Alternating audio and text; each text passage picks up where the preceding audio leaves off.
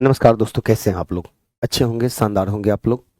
और हम लोग आ जाते हैं अपने सेट नंबर 252, 252, 252 पर आ जाते हैं। चलिए देखिए, अच्छा क्वेश्चन का कलेक्शन है। हर एक दिन हम लोग को अच्छे क्वेश्चनों का कलेक्शन देखने को मिलता है। देखिए आज का क्वेश्चन, देखिए भाई, चित्र से मुलाकात करा पड़ा ना आप लोग को। हाँ, चित्र से डरना नहीं है, डट कर मुकाबला करना है इससे। कह रहा है कि अभिसारी प्रकाश पुंज का आरेख कौन है। अभिसारी का मतलब होती है कन्वर्जिंग लाइट बिंब का। कन्वर्ज का मतलब होता है एक बिंदु पर मिलना। कन्वर्ज माने क्या होता है, लोग नहीं कहता है कि सब जगह सब लोग एक जगह पर कन्वर्ज होखिए, एक बिंदु पर मिलना। और डाइवर्ज का मतलब होती है एक बिंदु से लगेगा कि सभी किरणें निकल रही है। सभी किरणें निकल रही है तो प्रकाश की किरणें जो होती है, अभिसारी भी होती है, अपसारी भी होती है, समानांतर भी होती है। तो हम कह सकते हैं कि प्रकाश की किरणें जो होती है, प्रकाश पुंज जो होती है, प्रकाश पुंज जो होती है आपका अभिसारी भी होती है, अपसारी भी होती है, और हमारा क्या होती है आपका ये अब अभिसारी भी, अपसारी भी होती है, और समानांतर भी होती है। तो यहाँ से ये देखिए, इसमें सभी प्रकाश की किरणें एक बिंदु पर मिल रही है। सभी एक बिंदु पर क्या कर रही है, मिल रही है। तो इसको कह दीजिएगा अभिसारी। इसका नाम क्या है, अभिसारी। अभिसारी कहा जाता है। अभिसारी एक बिंदु पर मिल रही है, कन्वर्ज कर रही है। ये होती है समानांतर। ये प्रकाश की किरणें जो होती है ना, समानांतर भी होती है। ये हमारा पैरेलल होती है ये। और लग रहा है कि एक बिंदु से सब की सब किरणें निकल रही है। तो लीजिए, ऐसे हो गया, ऐसे हो गया, ऐसे हो गया। तो एक बिंदु से सब की सब क्या करती है, निकलती है। तो इसका नाम हो गया हमारा अपसारी। क्या बोलते हैं, अपसारी कहते हैं। डाइवर्जिंग के नाम से जानते हैं, डाइवर्जिंग।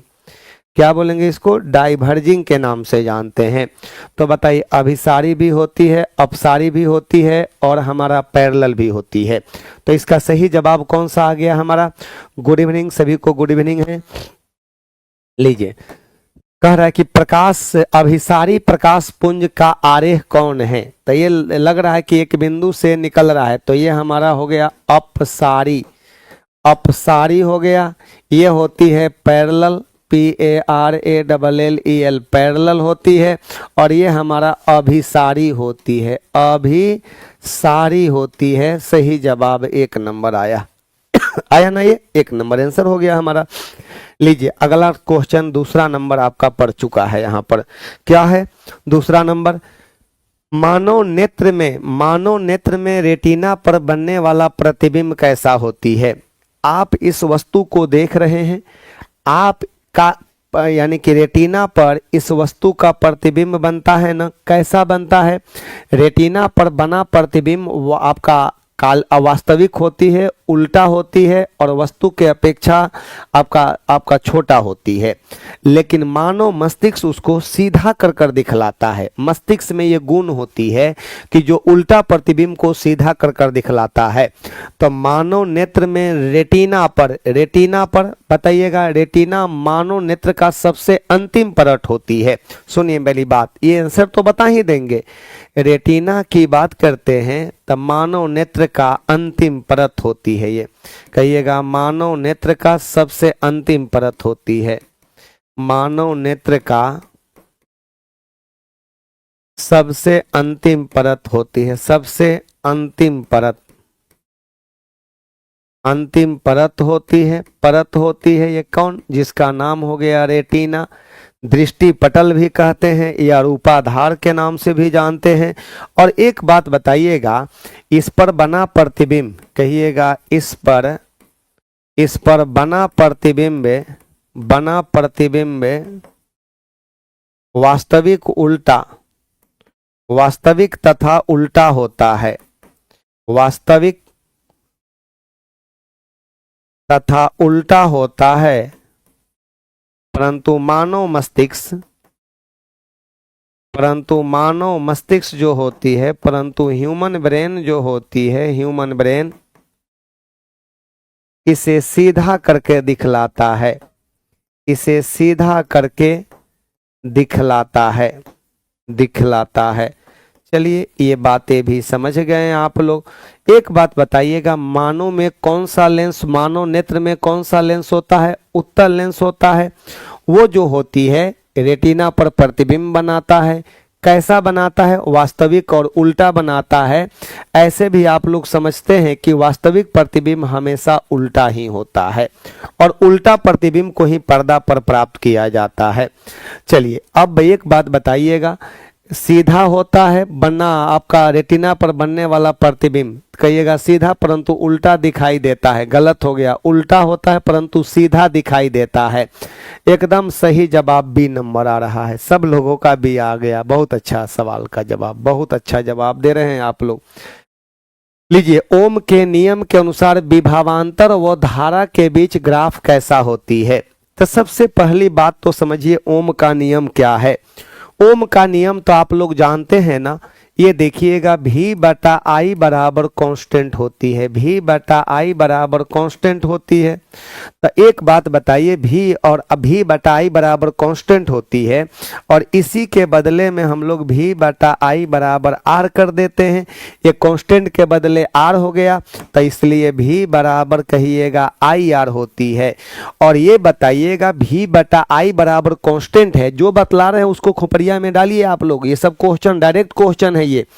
तो बताइए भी और आई, ओम पहला वैज्ञानिक हमारे ओम साहब थे, जॉर्ज साइमन ओम साहब थे, जिन्होंने विद्युत धारा और विभवांतर के बीच संबंध स्थापित किया था। और उनका कहना था कि भी और आई के बीच खींचा गया ग्राफ जो होती है एक सरल रेखा होता है जो ओम के नियम को बतलाता है। भी और आई के बीच खींचा गया ग्राफ क्या होता है? एक सरल रेखा होता है जो ओम के नियम को बतलाता है। किसके नियम को? ओम के नियम को। आप भी यहाँ भी लिख सकते हैं, यहाँ भी लिख सकते हैं, जहां लिखना है आप लिख सकते हैं। तो बताइए भी और आई के बीच खींचा गया ग्राफ एक सरल रेखा होता है जो ओम के नियम को बतलाता है। तो बताइएगा भी आई ग्राफ क्या हो जाएगा? तो कहिएगा भी आई ग्राफ बराबर सरल रेखा होती है। भी आई ग्राफ बराबर बराबर सरल रेखा होती है। कौन रेखा? सरल रेखा। सरल रेखा होती है, स्ट्रेट लाइन होती है। ये तो है भी और आई के बीच खींचा गया ग्राफ एक सरल रेखा होता है जो ओम के नियम को बतलाता है। कौन होगा आंसर? तो एक नंबर होगा। लेकिन ये सब बातें आप लोग याद रखेंगे।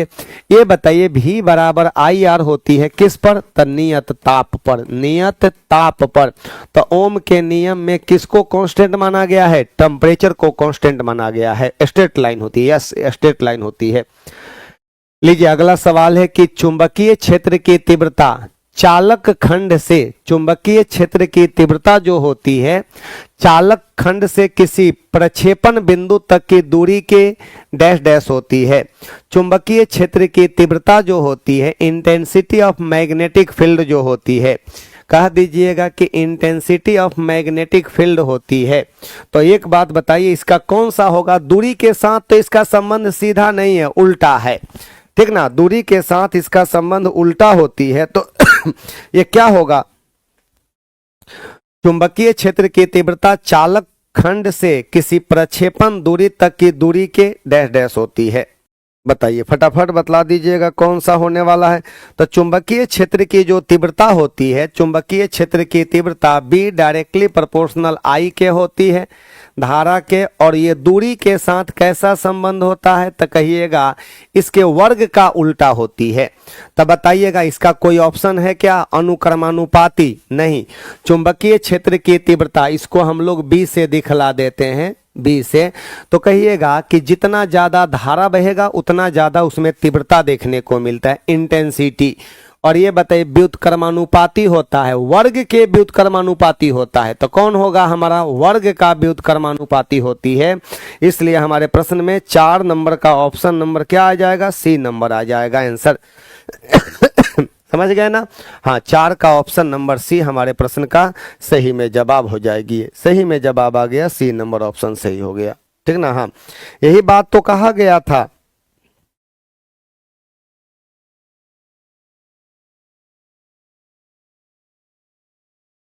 चलिए आगे बढ़ जाए हम लोग। अब आगे आ जाते हैं हम लोग, नेक्स्ट क्वेश्चन की ओर आ जाते हैं। अगले सवाल पर आ जाइए। यहां देखिए, धारा के साथ भी पूछता है, समापन रेखा को, अच्छा सवाल है ये भी, समापन रेखा को पार करने के बाद, समापन रेखा को पार करने के बाद भी एक धावक भागना जारी क्यों रखता है।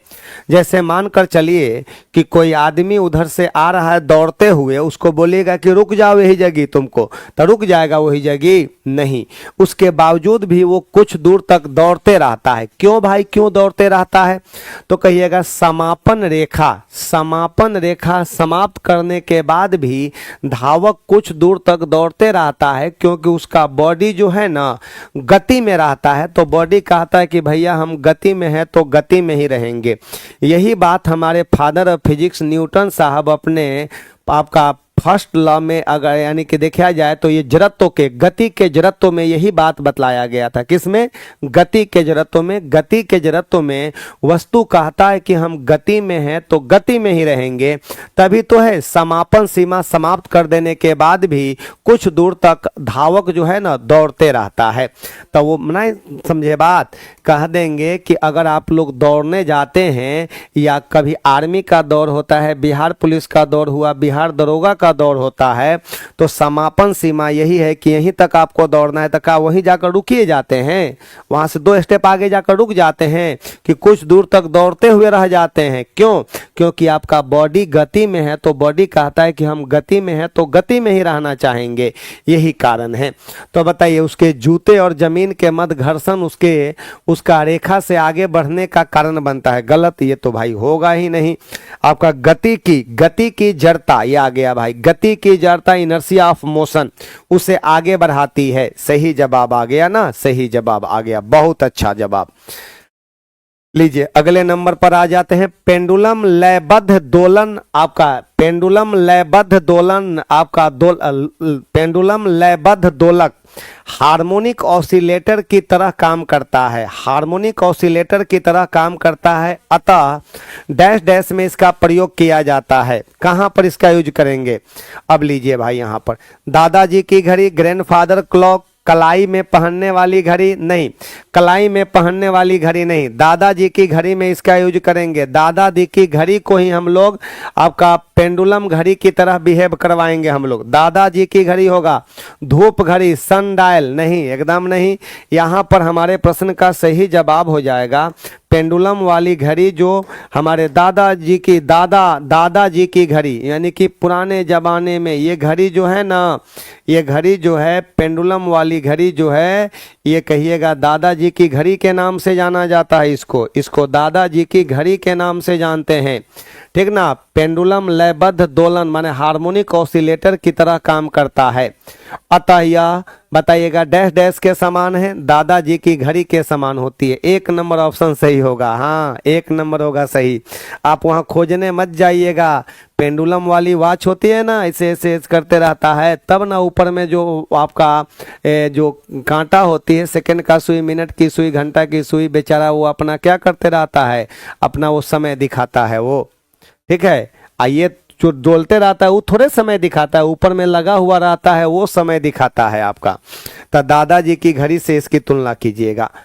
वस्तुतः किसी गैस द्वारा पात्र के दीवार पर लगाया गया बल, वस्तुतः किसी गैस द्वारा, एक बात बताइए, किसी पात्र में अगर हम लोग गैस को, किसी पात्र में हम लोग गैस को बंद कर रखते हैं, तो गैस जो है पात्र की दीवार पर बल लगाता है ना, धक्का देता है ना। तो वस्तुतः किसी गैस द्वारा पात्र की दीवार पर लगाया गया बल है गैस के अणुओं का पात्र की दीवार से चिपक जाना। गलत होगा भाई। कि गतिज ऊर्जा का क्षय होना, गतिज ऊर्जा का क्षय होगा कि दीवार के, हाँ नहीं, ये भी गलत है कि दीवार से टकराने के कारण उसके संवेग में परिवर्तन, बहुत अच्छा, उसके संवेग में परिवर्तन के कारण होती है, ठीक ना। संवेग में परिवर्तन के कारण होती है, ये संवेग में परिवर्तन के कारण होती है। चलिए भाई, क्या है भाई, क्या लिख रहा है अगले नंबर पर आते हैं, लंगर डालकर रोकी हुई एक नाव लहरों से घिरी हुई है। लंगर पूछते हैं ना, जैसे कि कोई नाव आप लोग देखिएगा समुद्र के किनारे या गंगा किनारे आपका लंगर डालकर नाव रोकी जाती है, यानी तो नाव भाग जाएगा। तो लंगर डालकर रोकी हुई एक नाव लहरों से घिरी हुई है, जिसका तरंग दैर्घ्य दिया हुआ है 125 मीटर है। लैम्डा का मान दिया हुआ है 125 मीटर दिया हुआ है, ठीक ना। चलती तरंगों के चढ़ाव की गति दिया हुआ है v बराबर 25 मीटर पर सेकेंड है। चढ़ाव की गति 25 मीटर पर सेकेंड है। नाव के हिलने की आवृत्ति क्या होगी? तो आवृत्ति पूछ रहा है, आवृत्ति n का मान पूछ रहा है, n बराबर व्हाट, ये तो पूछ रहा है भाई मेरे।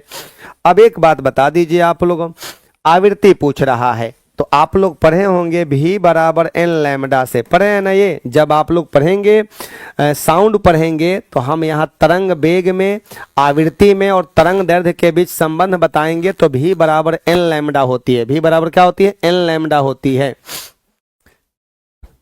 हाँ, v बराबर n लैम्डा, तो यहाँ से n निकालना है तो v बटा लैम्डा हो गया। v का मान कितना है? तो कहिएगा 25 बटा 125, तो 25 पचे 125, 25 पचे 125 हो गया, 125 हो जाएगा। काट दीजिएगा 5 बार में, 1/5 हर्ट्ज हो जाएगा, और यही 1/5 हर्ट्ज का मतलब होता है 0.20 हर्ट्ज हो गया। वही बात तो हो गया आंसर हमारा।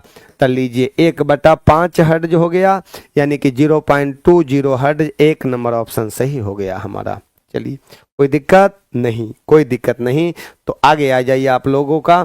ये देखिए, इस आपका ये जो है 241 से 260 तक चल रहा है। हम लोग 253 नंबर सेट पर पहुंच चुके हैं, ठीक ना। हाँ, और ये एनसीईआरटी और एससीईआरटी पूरा का निचोड़ है हमारा, पूरा का है, पूरे का निचोड़ है। एससीईआरटी और एनसीईआरटी का टोटल क्वेश्चन और टोटल कंसेप्ट आपको हम दे रहे हैं।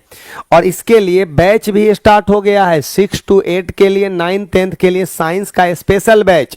जिनका साइंस है और ये 6 8 9 10 दोनों के लिए है, तो आराम से आप बैच ज्वाइन कीजिए।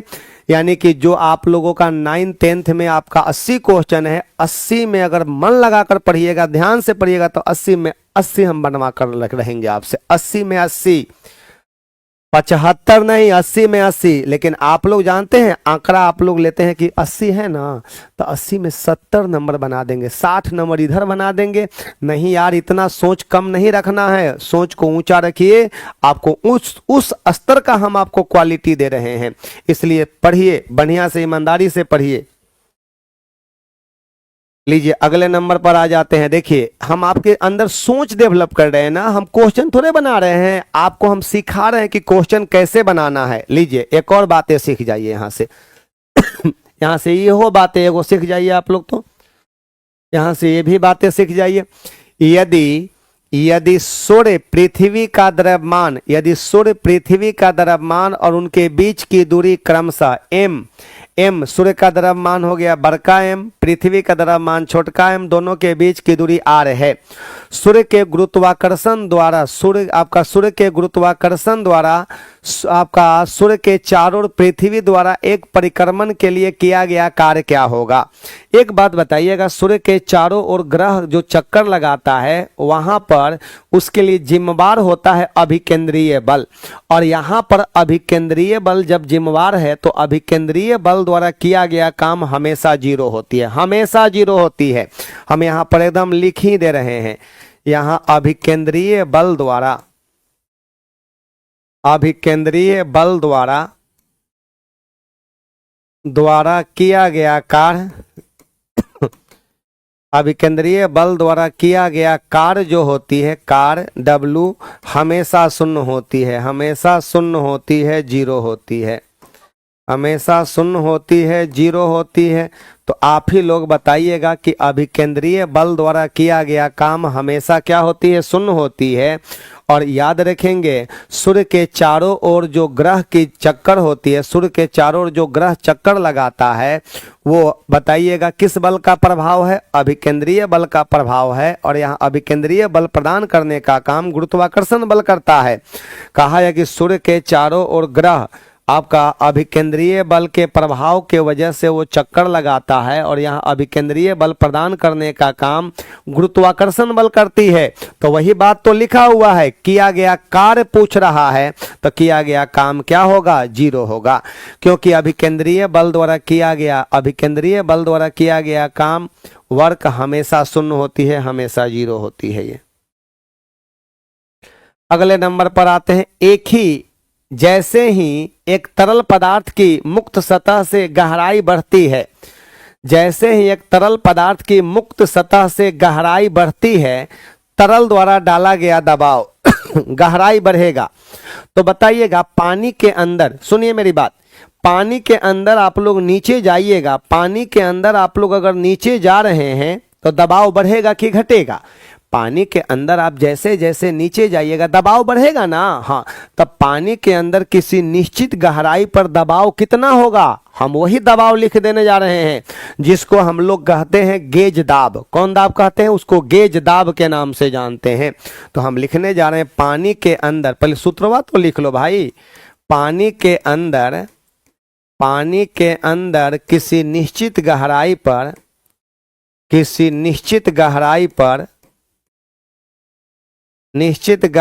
पर जो दाब होती है, दाब, तो ये बताइएगा, इस सूत्र से निकालिएगा, रो GH से निकाल दीजिएगा, इतना से। अब ये बात बताइएगा, जहां रो का मतलब क्या हो गया, रो बराबर हो गया द्रव का घनत्व हो गया, द्रव का घनत्व हो गया, तरल का घनत्व भी कह सकते हैं, द्रव का घनत्व होती है ये। और ये बताइए H बराबर हो गया गहराई, H बराबर क्या हो गया, गहराई। तो ये P डायरेक्टली प्रोपोर्शनल H के, और ये P डायरेक्टली प्रोपोर्शनल किसके होती है, रो के। तो बताइएगा जैसे मुक्त सतह से गहराई बढ़ती है, जैसे जैसे नीचे जाते हैं गहराई बढ़ती है, तो बताइएगा दबाव का मान क्या होगा, बढ़ेगा कि घटेगा? इसका जवाब दे दीजिएगा, बढ़ेगा कि घटेगा? तो इसका फटाफट जवाब दे दीजिए, क्या होने वाला है इसका, जल्दी जल्दी फटाफट जवाब दे दीजिए, क्या होगा इसका? तो कहिएगा कि सर ये तो बढ़ेगा, क्योंकि हमने यहाँ पर ऑलरेडी लिखा है कि पानी के नीचे जाने पर दबाव बढ़ेगा कि घटेगा? तो बढ़ते जाएगा, दबाव इंक्रीज करते जाएगा। लीजिए आगे बढ़ जाते हैं, नेक्स्ट क्वेश्चन की ओर आ जाते हैं हम लोग। अगला सवाल क्या है जरा देख लीजिएगा। इनमें कौन सा वैद्युत उपकरण जूल के तापन नियम पर आधारित नहीं है? एक बात बताइएगा, जूल का तापन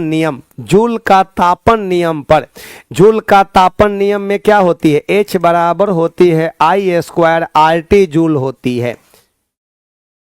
इसको समझना है। इसमें आप लोग कहिएगा ना कि जब हम लोग, जैसे कि हमारा हीटर हो गया, उसमें हम लोग विद्युत देते हैं, उसमें करंट देते हैं, उसमें विद्युत देते हैं हम लोग, तो क्या होता है?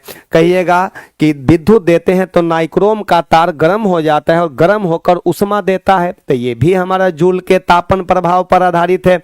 तो जूल के तापन प्रभाव पर आधारित उपकरण की बात करेंगे तो इलेक्ट्रिक केतली भी है। आजकल जो हम लोग पानी ठंडा के समय में जो पानी गर्म करते हैं ना, इलेक्ट्रिक केतली, वो इसी पर आधारित है।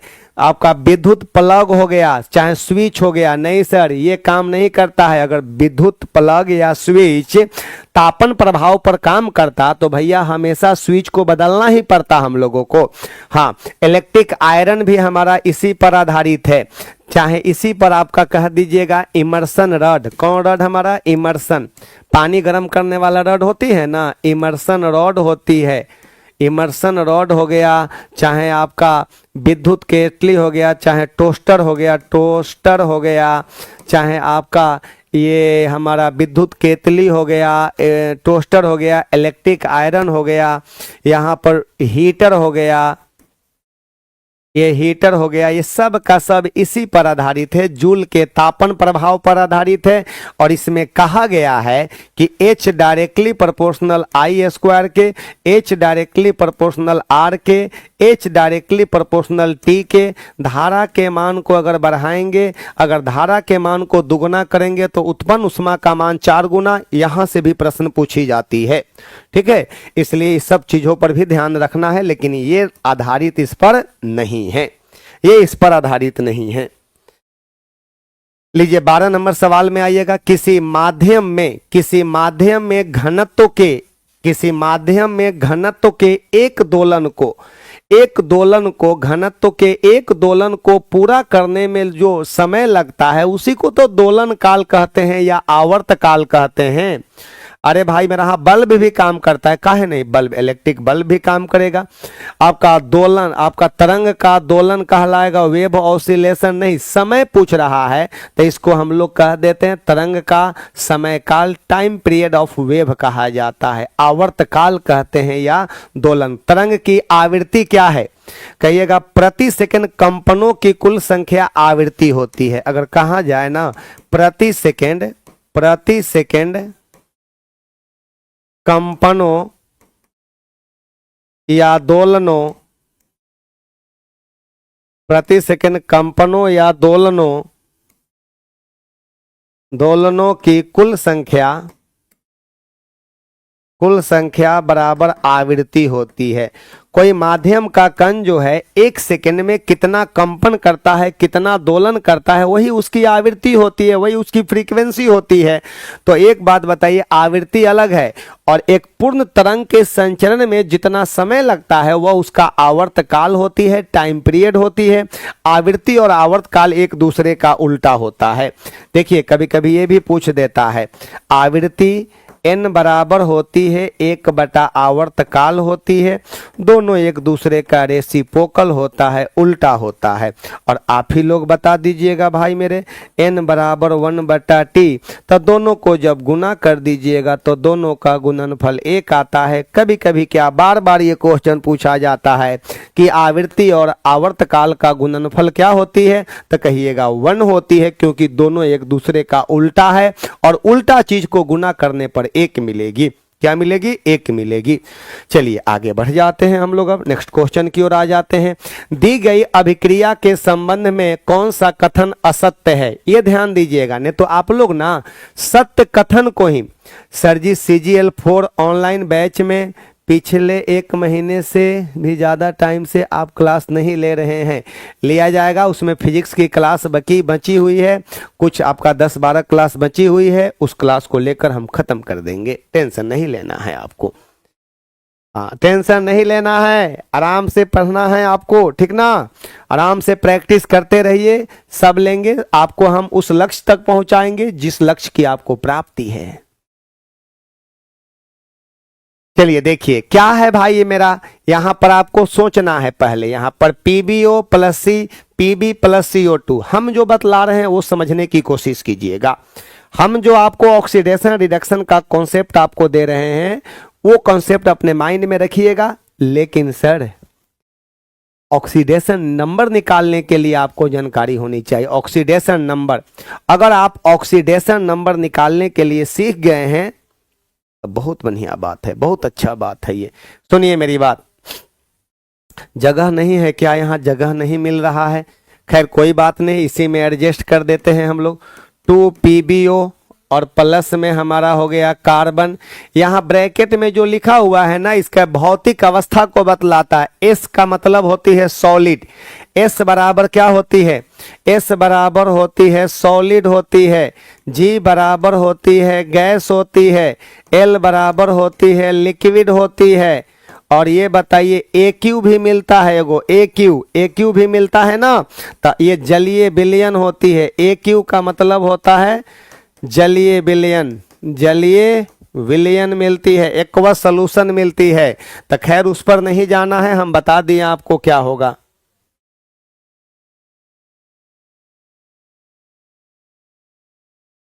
चलिए यहाँ पर देखिए, यहाँ पर हमारा हो गया ये, यहाँ पर हम लोग इस तरह से कर दे रहे हैं, यहाँ पर Pb हो गया, चलिए यहाँ 2 Pb, यहाँ पर हो गया प्लस CO2 हो गया, CO2 हो गया ना, ये गैस। अब यहाँ पर देखिए जो मैं आपको बतला रहा हूँ उस चीज को समझिए, बाकी सबको अपने माइंड से डिलीट मार दीजिए। डिलीट मार दिए ना, डिलीट मार दिए ना, लेकिन ऑक्सीडेशन नंबर को नहीं मारना है, ऑक्सीडेशन नंबर को पास में रखिएगा। सुनिए, इसका ऑक्सीडेशन नंबर 0 हो गया, इसका हो गया -2 और इसका हो गया +2 हो गया। सिंगल एटम का निकाला जाता है, ये 0 हो गया, यहाँ -2 और यहाँ पर +4 हो गया। ऑक्सीडेशन नंबर बताएंगे ना, तो आपको हम बताएंगे कि कैसे निकालना है। सुनिए, ऑक्सीकरण संख्या का बढ़ना, देखिए हम लिख दे रहे हैं ऑक्सीडेशन नंबर का बढ़ना, ऑक्सीडेशन नंबर का बढ़ना बराबर ऑक्सीडेशन होता है, ऑक्सीडेशन होता है। और ऑक्सीडेशन नंबर का घटना, घटना बराबर होता है रिडक्शन होता है। क्या होता है? रिडक्शन होता है ये।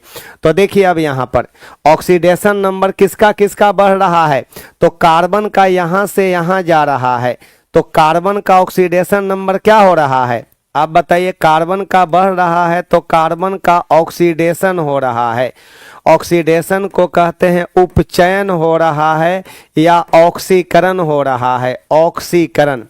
तो कार्बन जो है ना ऑक्सीकृत होकर CO2 देता है और ये बेचारा हमारा यहाँ से यहाँ जा रहा है, तो इसका रिडक्शन हो रहा है, इसका रिडक्शन हो रहा है। ठीक ना? तो बताइएगा PbO का रिडक्शन, कहेंगे कि PbO का रिडक्शन हो रहा है, रिडक्शन हो रहा है, हो रहा है, PbO का रिडक्शन हो रहा है। और ये काम करता है आपका ऑक्सीकारक का काम करता है, ये ऑक्सीकारक, ऑक्सीकारक का काम करता है। फिर यहां पर देखिए, हम सारी बातें पहले लिख दे रहे हैं, उसके बाद मिला लेना है आपको। कार्बन का, कार्बन का ऑक्सीडेशन हो रहा है, ऑक्सीडेशन हो रहा है, और होकर क्या बना रहा है? CO2 बना रहा है। ये भी ध्यान देना रहा है, ध्यान देना है आपको।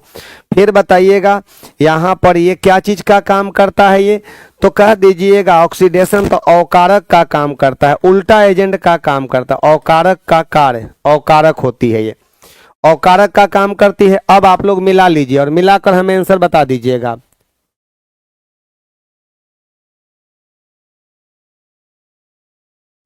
चलिए अब यहां ध्यान दीजिएगा आप लोग,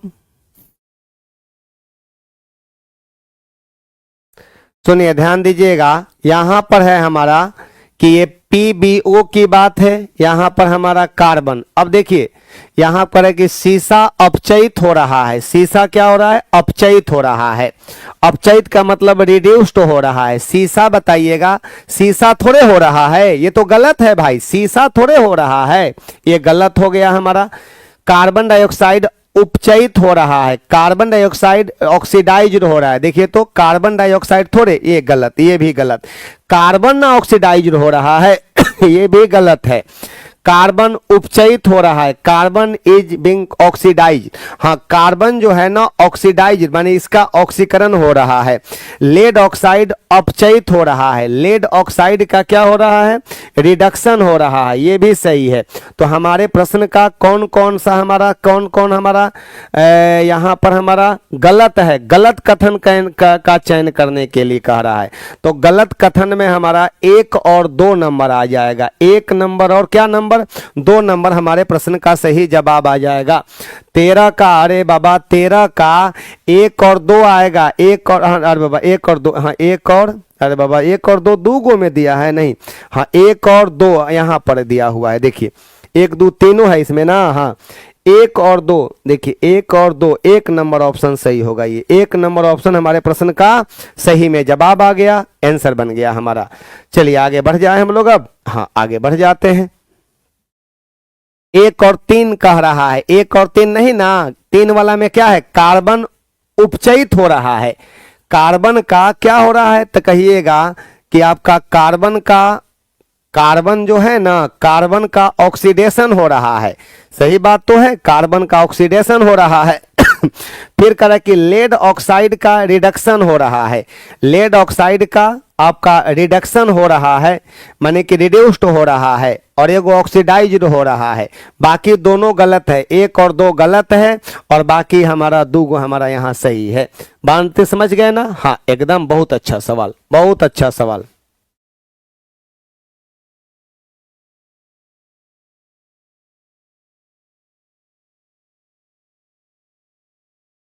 चलिए आगे बढ़ जाते हैं हम लोग। ये वाला कॉन्सेप्ट याद रखिएगा, ये हर एक मुश्किल से मुश्किल क्वेश्चन को आप लोग यहां से डील कर दीजिएगा, बना दीजिएगा, ठीक ना। हाँ, विरंजक चूर्ण पर तनु सल्फ्यूरिक अम्ल की अभिक्रिया से गैस निकलती है। ये तो बार बार बतला रहे हैं आप लोगों को, हर एक 3-4 सेट के बाद में ये क्वेश्चन मिल जा रहा है। ये बताइए विरंजक चूर्ण की क्रिया हमारा किससे करवाई जा रही है?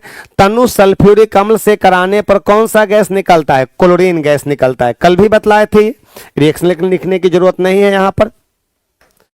अगला सवाल है, कुछ धातुएं जैसे AlZnPbBe ऑक्सीजन O2 से क्रिया करके ऑक्साइड का निर्माण करती है। इन ऑक्साइड की प्रकृति क्या होती है?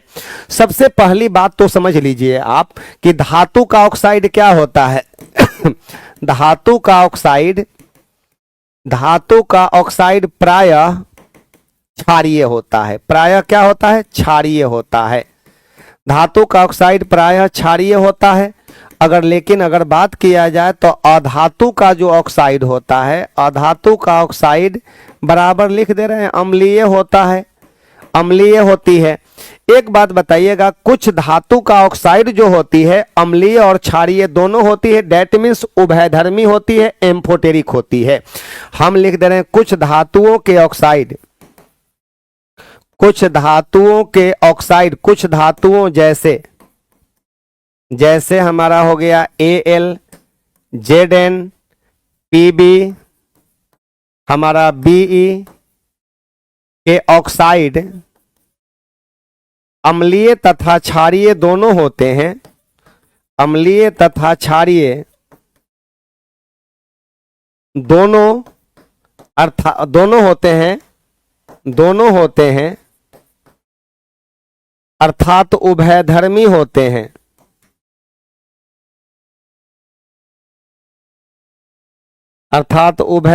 होते हैं। एम्फोटेरिक होते हैं। उभयधर्मी का मतलब होती है एम्फोटेरिक होते हैं। तो एक बात बताइएगा, कुछ धातुएं, वही बात यहां लिखा हुआ, एल्युमिनियम का ऑक्साइड, Zn का ऑक्साइड, Al2O3, ZnO, Pb का ऑक्साइड, बेरिलियम का ऑक्साइड ऑक्सीजन से क्रिया कर ये अम्लीय ऑक्साइड भी बनाता है और क्या, क्षारीय ऑक्साइड भी बनाता है। दैट मीन्स कहने का अर्थ हमारा ये हुआ कि इसके ऑक्साइड उभयधर्मी होते हैं, अम्लीय और क्षारीय दोनों होते हैं। कहने का अर्थ ये हुआ कि उभयधर्मी होते हैं, उभयधर्मी ऑक्साइड। तो अम्लीय दिया है, खाली क्षारीय दिया है, उदासीन दिया हुआ है, न्यूट्रल, मोडी नहीं, न्यूट्रल मार दीजिए वहां पर, न्यूट्रल, NEUTRAL, न्यूट्रल। और ये बताइएगा उपरोक्त में से एक से अधिक, तो कहिएगा अम्लीय क्षारीय दोनों होती है, दोनों वाला तो नहीं है, यहां पर होगा उपरोक्त में से कोई नहीं। ई नंबर ऑप्शन सही हो जाएगा। तो ये बताइए 15 का कौन नंबर आ गया हमारा? तो ई नंबर ऑप्शन हमारे प्रश्न का सही जवाब आ गया। आगे बढ़ जाइएगा आप लोग। कार्बन यौगिक और अकार्बनिक यौगिकों की तुलना में एक बात बताइएगा, कार्बन यौगिक जो होती है तो कार्बन के यौगिकों के बीच में क्या होती है? कोवैलेंट बॉन्ड का निर्माण होता है। कार्बन के यौगिक मुख्यतः सहसंयोजी होते हैं, कार्बन के यौगिक मुख्यतः सहसंयोजी होते हैं और कोवैलेंट बॉन्ड से बंधा हुआ यौगिक का MP और BP क्या होता है? कम होता है। अब मेरी बात समझेंगे, कार्बन के यौगिक, कार्बनिक यौगिक मुख्यतः सहसंयोजी होते हैं,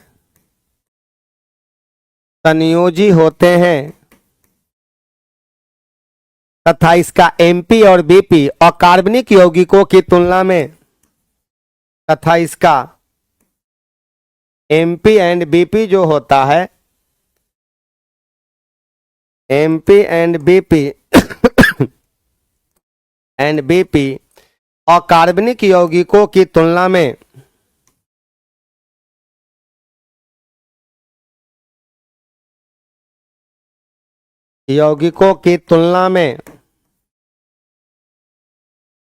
अकार्बनिक यौगिकों की तुलना में आपका कम होता है, सही बात तो हो गया यहां पर। तो ऐसा कोई ऑप्शन है क्या? ऐसा ऑप्शन है तो बता दीजिए, नहीं है तो कोई बात नहीं है। देखिए कुछ क्वेश्चन ऐसे होते हैं जो आपको सोचना पड़ेगा। और कुछ क्वेश्चन ऐसे होते हैं जिसमें सोचना कम है, जान रहे हैं तो सही है, और नहीं जान रहे हैं तो उसको तुक्का मारने से कोई फायदा नहीं है उसमें। बताइए, कार्बन के यौगिक मुख्यतः क्या होते हैं? सहसंयोजी होते हैं। और कोवैलेंट बॉन्ड से बंधा हुआ यौगिक का एमपी और बीपी जो होती है, आयनिक बंधन से बंधे हुए यौगिक की अपेक्षा क्या होता है? कम होता है। तो वही बात है, कौन होगा इसका आंसर? सी नंबर ऑप्शन सही बन गया। बन गया ना सी नंबर ऑप्शन? एकदम सी नंबर बन गया सही ऑप्शन। अगले नंबर पर आते हैं, अल्डिहाइड का सामान्य सूत्र क्या होता है? लो भाई, यहां पर तो आप लोग पढ़े हैं कुछ और यहां आंसर आएगी कुछ और आपका अल्डिहाइड। सुनिए, अल्डिहाइड की बात करते हैं, अल्डिहाइड की बात करते हैं तो इसका फंक्शनल ग्रुप पहले बता दीजिए कौन सा होने वाला है? फंक्शनल ग्रुप, प्रक्रियात्मक समूह। फंक्शनल ग्रुप का मतलब होती है अभिक्रियाशील समूह जो होती है इसका CHO होती है। क्या होती है? CHO होती है। आप एक बात बताइएगा, इसका सामान्य सूत्र की बात करते हैं, जनरल फॉर्मूला की बात करते हैं, तो ये हमारा होता है CnH2n+1 और यहां पर कह देते हैं CHO, यही ना कह देते हैं। यहां पर आप लोग n का मान 0, 1, 2, 3 एंड डॉट डॉट ले लीजिएगा। लेकिन और कर आप इसको ये भी लिख सकते हैं, यहां पर CnH2n और O कर दीजिएगा, लेकिन n का मान यहां से 1, 2 लीजिएगा, 1, 2, 3, 4 एंड डॉट डॉट कर दीजिएगा। एक बात बताइए, आप लोग ध्यान से सुनिएगा, ये आप लोग बारंबार पढ़े हैं, बारंबार पढ़े हैं। आप ऐसा कीजिएगा कि यहां n का मान 0 लेकर देखिए, तो n बराबर 0 हो तो क्या आएगा? यहां पर n का मान अगर आप 1 ले लीजिएगा तो देखिए तो क्या होगा? यहां n का मान 1 से लेना होगा, तब n बराबर 1 हो तो क्या होने वाली है? बता दीजिएगा। दोनों का सूत्र बताइए, सेम आ रहा है कि अलग अलग आ रहा है? कोई बताइए, सेम या अलग अलग? सेम आएगा तो सेम लिखिएगा, अलग अलग आएगा तो डी लिखकर बताइए हमको। आप बताइए, बताइए फटाफट।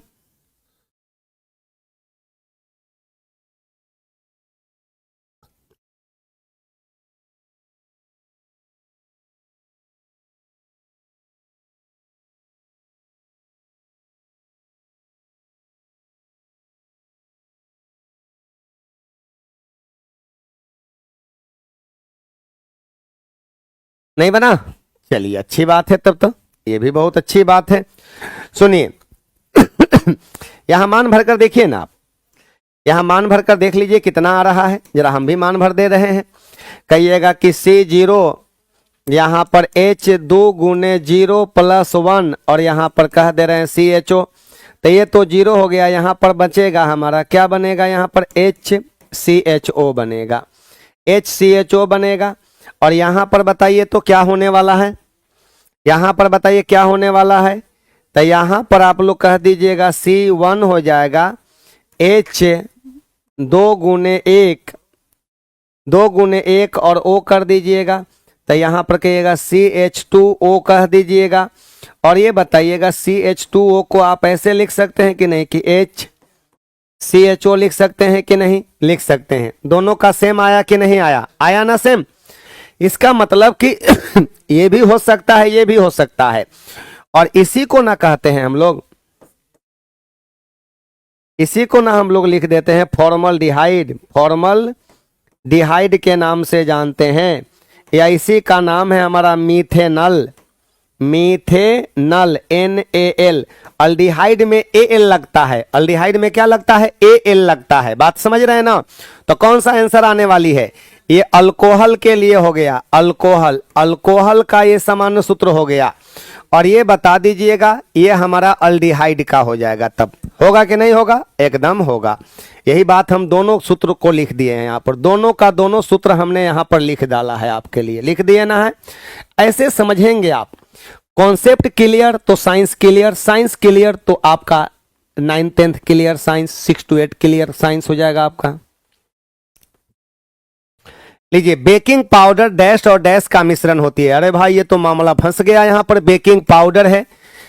आप लोग बेकिंग सोडा भी पढ़े होंगे ना? तो हाँ भाई, पढ़े तो हैं। बेकिंग सोडा की बात करते हैं, बेकिंग सोडा को ही हम लोग खाने वाला सोडा के नाम से जानते हैं, खाने वाला सोडा या पाक सोडा भी कहा जाता है, पाक सोडा, पकाने वाला सोडा कहते हैं। अरे यार इसी का ना सूत्र होती है NaHCO3, इसी को कहते हैं सोडियम हाइड्रोजन कार्बोनेट या sodium bicarbonate, sodium hydrogen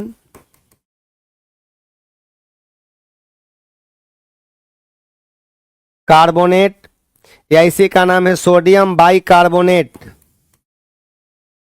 sodium bicarbonate के नाम से जानते हैं, बाइकार्बोनेट के नाम से जाना जाता है। लेकिन ये तो सोडा है, हमसे पाउडर पूछ रहा है, बेकिंग पाउडर पूछ रहा है, तो ये बेकिंग पाउडर क्या है? तो कहिएगा बेकिंग पाउडर मिश्रण होती है, वो हमारा यौगिक नहीं, ये तो यौगिक है। तो याद रखेंगे बेकिंग पाउडर बेकिंग पाउडर की बात करते हैं तो यह कह दीजिएगा यह NaHCO3 तथा टार्टेरिक अम्ल का तथा टार्टेरिक अम्ल का मिश्रण होता है, तथा टार्टेरिक अम्ल का मिश्रण होती है। कौन? तो कहिएगा यह NaHCO3 तथा टार्टेरिक अम्ल का मिश्रण होती है। कौन? पाउडर। ऐसा कोई ऑप्शन है क्या? खोजो भाई, इसमें खोजो खोजो, कौन सा आंसर आने वाली है इसमें, खोजो पहले, इसमें खोजना है उसमें पहले। गाना सुने हैं ना, ढूंढेंगे तो मिल जाएगा, बस वही ढूंढो यहां पर।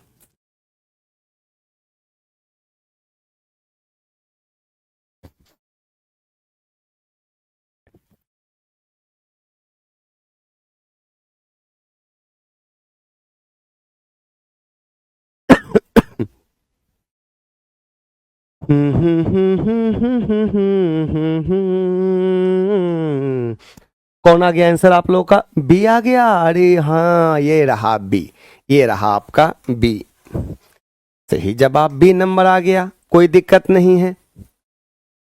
चलिए, सोडियम कार्बोनेट नहीं भाई, सोडियम बाइकार्बोनेट होगा ना। हाँ, अब ये लीजिएगा, सोडियम हाइड्रोजन कार्बोनेट और सल्फ्यूरिक अम्ल का उपयोग हम लोग सोडा अम्ल अग्निशामक में करते हैं। सोडा अम्ल अग्निशामक में पहला नंबर के मिश्रण का यूज किया जाएगा। दोनों को ना, अगर हम लोग सोडा अम्ल अग्निशामक में के बीच होने वाला रासायनिक अभिक्रिया इसी दोनों के बीच होती है। अगला है कि सहसंयोजक अणु सहसंयोजक अणु का एक उदाहरण है। सहसंयोजक का मतलब कि साझेदारी से कंपाउंड का निर्माण करता होता है। इलेक्ट्रॉनों की पारस्परिक साझेदारी से, ट्रांसफर ऑफ इलेक्ट्रॉन नहीं, शेयरिंग ऑफ इलेक्ट्रॉन से। तो देखिए, पोटेशियम क्लोराइड की बात करते हैं हम लोग, तो पोटेशियम क्लोराइड की बात करते हैं तो इसका सूत्र तो पहले बता दो भाई मेरे। कहिएगा KNO3, ये बता दीजिएगा। कार्बन टेट्रा क्लोराइड CCl4 होती है। ये बताइएगा लेड क्लोराइड की बात करते हैं, PbCl2 हो गया, PbCl2। लेड क्लोराइड की बात करते हैं, PbCl2। तो ये बताइएगा इसको तोड़िएगा तो K plus and NO3 minus, तो ये तो हमारा आयनिक यौगिक हो जाएगा। ये उसको तोड़िएगा तो कहिएगा नहीं सर, इसमें आयन नहीं बनेगा, इसमें जो है एक कार्बन जो है ना 4 गो क्लोरीन को अपने इर्द गिर्द रखेगा, कि कहेगा कि चलो हमसे साझेदारी करो, हम साझेदारी से ही अपना ऑक्टेट फुलफिल करके रखेंगे। और लेड क्लोराइड को जब तोड़िएगा, लेड क्लोराइड को तोड़िएगा तब Pb प्लस प्लस एंड कह दीजिएगा 2Cl माइनस। हमारे प्रश्न का सही में जवाब रहा ये बी रहा जवाब। तो देखिए, ऐसे क्वेश्चन जो रहते हैं ना, उसको डिस्कस करने में भी हम लोगों को अच्छा लगता है। लेकिन कुछ क्वेश्चन ऐसे रहते हैं जिसको डायरेक्ट टिक मार देते हैं, तो आप लोग को लगता है कि सर टिक मार दिए, अरे यार उसमें कोई गुंजाइश ही नहीं बनती है कि आप लोगों को कुछ बताएं, ठीक ना। हाँ, कुछ क्वेश्चन ऐसे मिलती है हर एक 40 क्वेश्चन में 5-6 क्वेश्चन ऐसे मिल जाती है। ये बताइए, जब आप लोग एनसीईआरटी पढ़े होंगे तो ये दूसरा चैप्टर में ये मिल जाएगा। प्रत्येक तत्व का एक नाम बताइए। प्रत्येक तत्व का अपना एक स्पेशल नाम होता है और इसका एक अपना सिंबल भी होता है, अपना इसका एक संकेत भी होती है। जैसे कि कार्बन की बात करते हैं, कार्बन, क्या बोलते हैं, कार्बन हो गया, सोडियम हो गया हमारा। तो ये बताइए नाम हो गया और इसका सिंबल सी हो गया, सोडियम का Na हो गया। तब प्रत्येक तत्व का एक नाम और एक डैश डैश होता है, एक अद्वितीय आकृति, आकृति होती है नहीं, एक अद्वितीय रंग नहीं, एक अद्वितीय रासायनिक प्रतीक होती है, केमिकल सिंबल होती है। सही जवाब सी नंबर आ गया। आ गया ना सी नंबर? हाँ,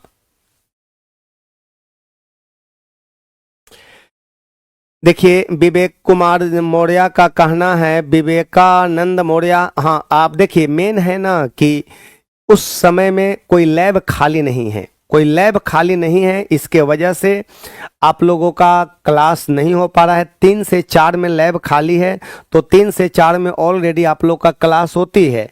तो हम सोच रहे हैं कि आप लोगों का समय निकाल कर जो फिजिक्स में लाइट चैप्टर चल रही है, लाइट के बाद इलेक्ट्रिक करंट, उसके बाद मैग्नेटिज्म, ये ख़त्म कर दिया जाए। तो उसके लिए हम समय निर्धारित कर रहे हैं, समय निर्धारित कर कर जल्द ही आप लोग का क्लास सुचारू ढंग से चालू कर दिया जाएगा। चलिए आगे बढ़ जाते हैं हम लोग, नेक्स्ट क्वेश्चन की ओर आ जाते हैं सरकार। चिमनी से निकलने वाले धुएं में, लो भाई ये किसका जवाब दे दो भाई मेरे, चिमनी से निकलने वाले धुएं में, इसका जवाब दे दीजिए फटाफट आप लोग। तो कौन सा आंसर आने वाली है? चिमनी से निकलने वाले धुएं में उपस्थित राख की मात्रा को कम करते हैं। तो इसका जवाब आप लोग बता दीजिएगा। सब लोगों का हम कमेंट्स सुन रहे हैं, विक्की कुमार हो गए, आपका नीतीश, निशा कुमारी सी नंबर ऑप्शन कह रही हैं। तो एक बात बताइएगा, चिमनी से निकलने वाले राख का नाम है फ्लाई ऐश। राख का नाम क्या है? इस राख को कहा जाता है उपस्थित राख fly ash, FLY, fly ash की बात किया जाए तो फ्लाई ऐश की मात्रा को कम करने के लिए हम लोग किसका यूज करते हैं? कम करने के लिए मुख्य रूप से इलेक्ट्रोस्टैटिक, आपका इलेक्ट्रोस्टैटिक प्रिसिपिटेटर का यूज किया जाता है, ESP का यूज किया जाता है, विद्युतीय अवक्षेप द्वारा, विद्युतीय अवक्षेप द्वारा। एकदम सही जवाब हो गया। तो ये भाई यहां पर कौन होने वाली है? तो कहिएगा इलेक्ट्रोस्टैटिक, इलेक्ट्रोस्टैटिक, इलेक्ट्रोस्टैटिक प्रिसिपिटेट,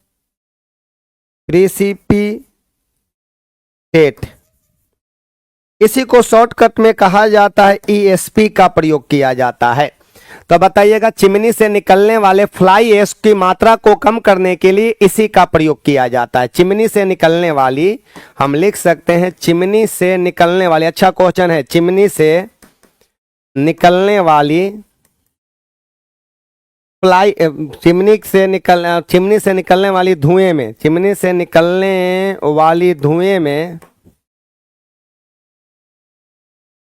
में, चिमनी से निकलने वाली धुएं में उपस्थित फ्लाई ऐश की मात्रा को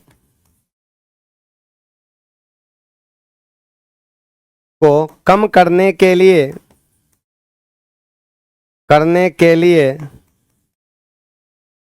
इलेक्ट्रोस्टैटिक प्रिसिपिटेट का उपयोग किया जाता है, चलिए यहां पर मैंने लिख दिया। और वही तो बात लिखा हुआ है, अवक्षेप माने प्रिसिपिटेट माने अवक्षेप होती है, इसी को ना अवक्षेप कह देते हैं, अवक्षेप का प्रयोग किया जाता है। 1 नंबर ऑप्शन सही है, बहुत अच्छा जवाब, अच्छा जवाब आप लोगों का आ रहा है, बहुत ही अच्छा। चलो भाई बहुत अच्छा जवाब है।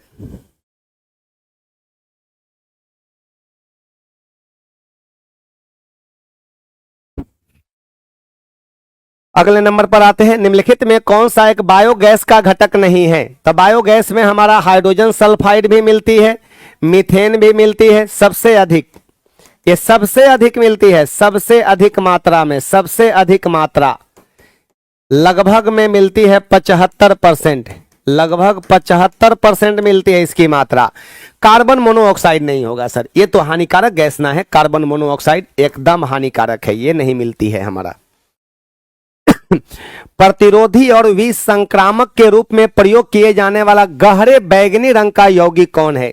गहरे बैंगनी रंग का यौगिक, पोटेशियम नाइट्रेट, KNO3 इसी को ना हम लोग कहते हैं सोडा कहते हैं, या इसी का नाम है नाइटर कहते हैं, और इसका यूज करते हैं बारूद बनाने में। मतलब कि पटाखा उटाखा में इसका यूज करते हैं बारूद बनाने में, बारूद बनाने में इसका इस्तेमाल किया जाता है। सोडियम थायोसल्फेट कहिएगा, इसी को हम लोग कहते हैं हाइपो कहते हैं फोटोग्राफी में। कहाँ पर हाइपो होती है ये, सोडियम थायोसल्फेट को हाइपो कहते हैं, फोटोग्राफी में इसका यूज किया जाता है। फोटोग्राफी में इसका इस्तेमाल किया जाता है। ब्लैक एंड व्हाइट में जो होती है ना आपका, होती है ना जो हम लोग फोटो खींचते हैं फोटोग्राफी में आपका साफ करने के लिए। पोटेशियम पर मैग्नेट, अरे यार यही होगा आंसर, और इसका सूत्र होती है KMnO4। KMnO4 होती है, इसी को ना बोलते हैं लाल दवा कहते हैं, लाल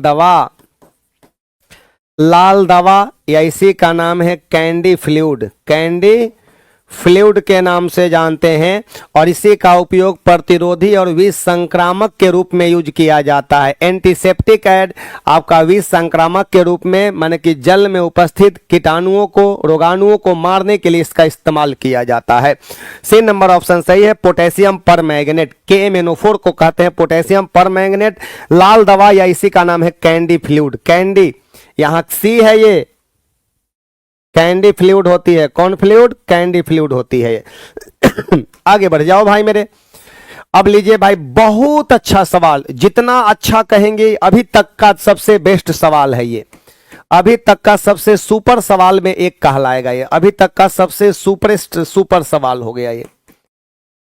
चलिए, प्रकाश संश्लेषण की प्रक्रिया में CO2 की आवश्यकता दर्शाने के लिए आपका के लिए किए गए प्रयोग में आपका प्रयुक्त क्षार कौन सा है?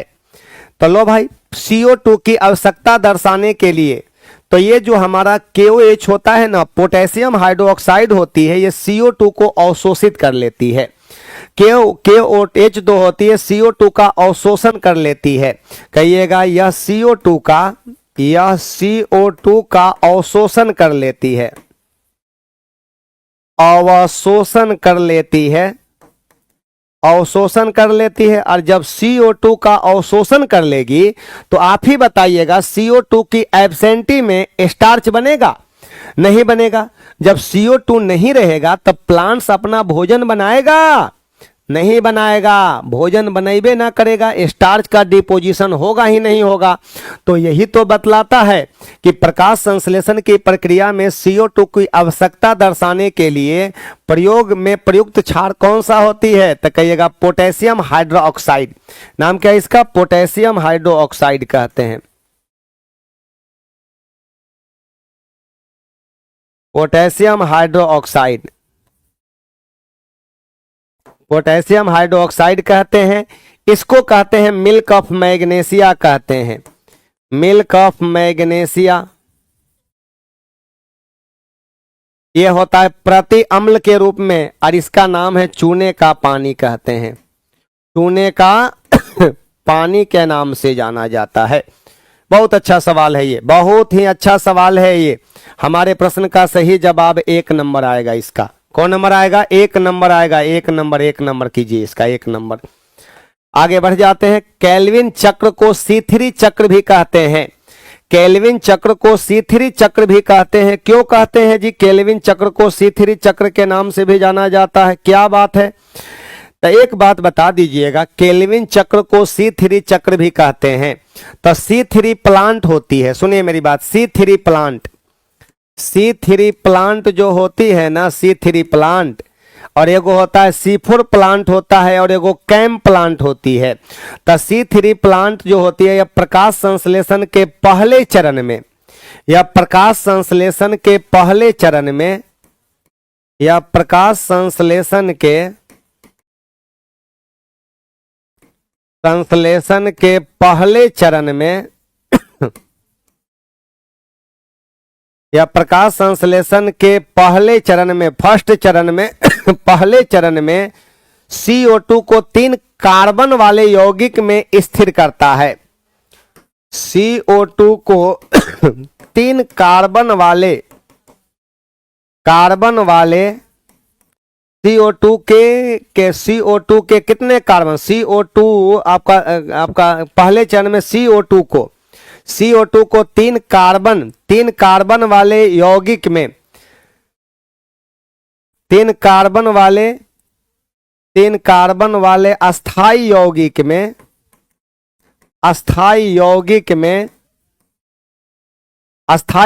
में स्थिर करता है। क्या करता है? स्थिर करने का काम करता है, स्थिर करता है। ये कौन? C3 plant.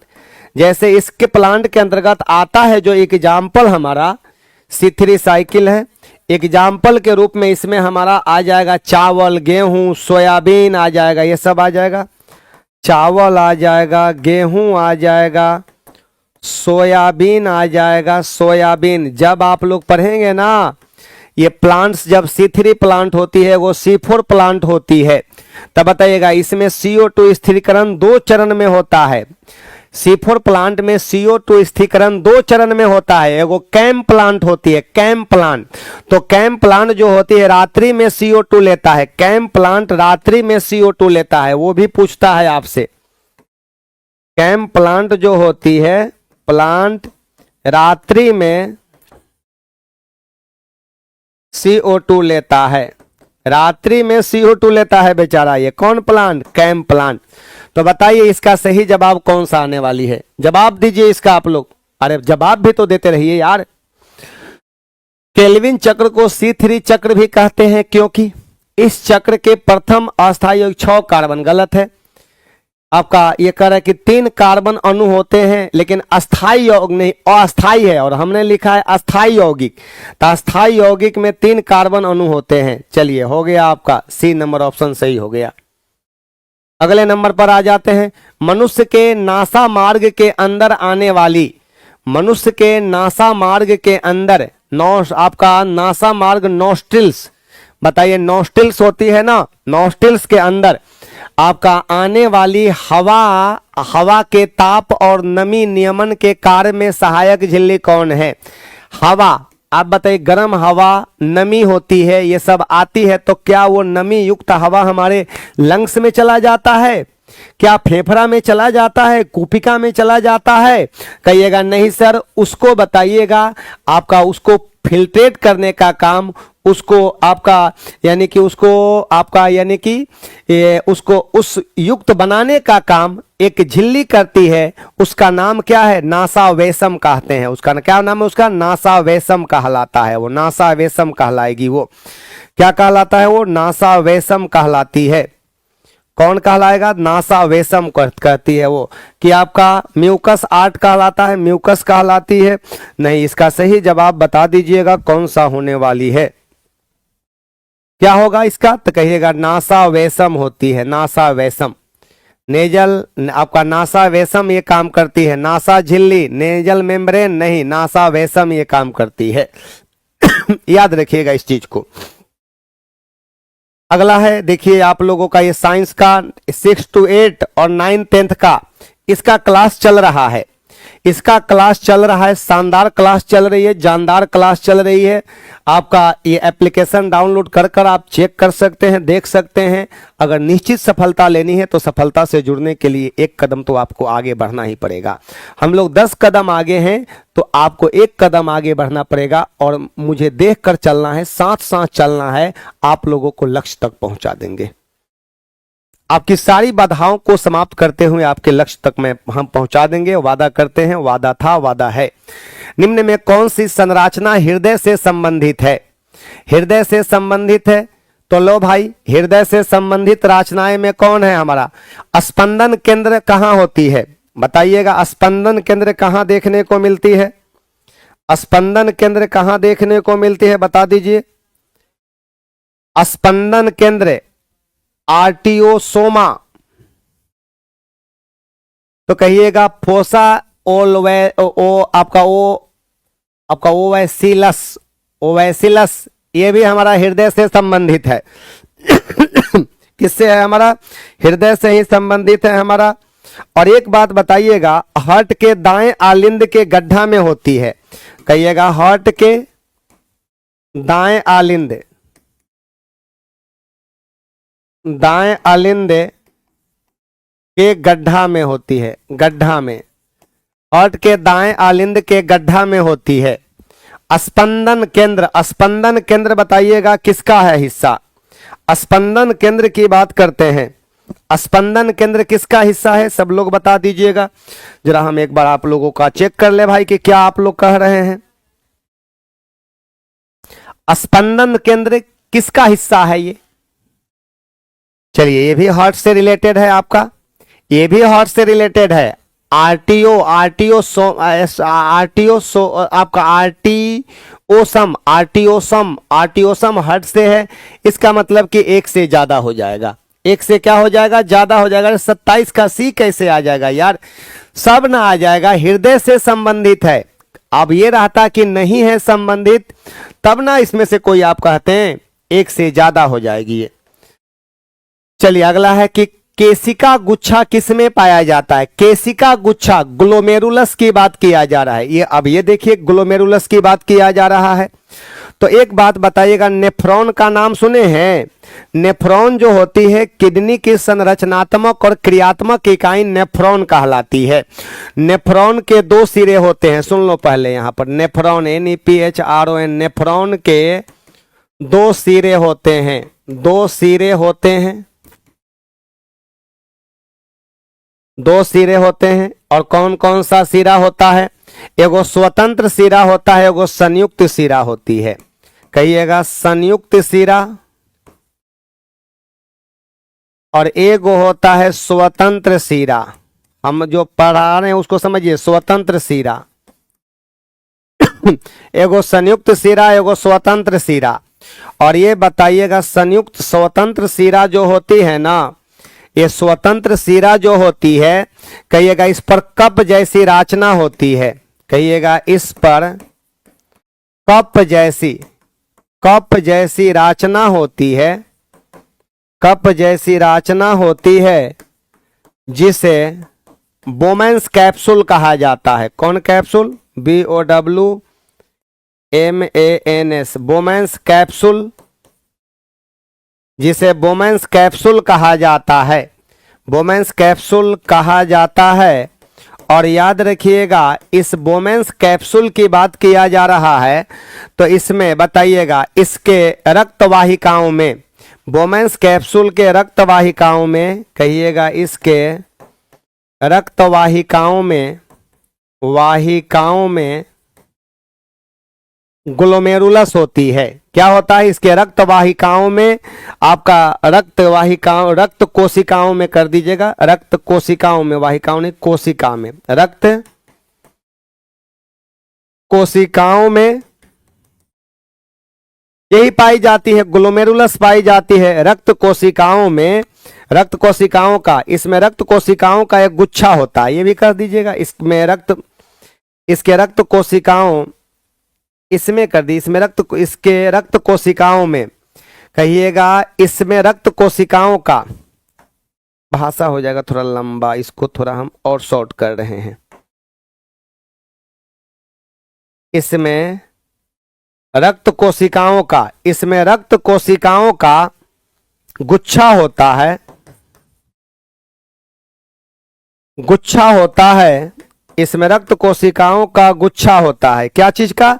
रक्त कोशिकाओं का गुच्छा होता है, जिसे ग्लोमेरुलस कहा जाता है। क्या बोलते हैं? जिसे ग्लोमेरुलस, ग्लोमेरुलस कहा जाता है। इसी को तो ग्लोमेरुलस कहते हैं, इसे, जिसे ग्लोमेरुलस कहा जाता है।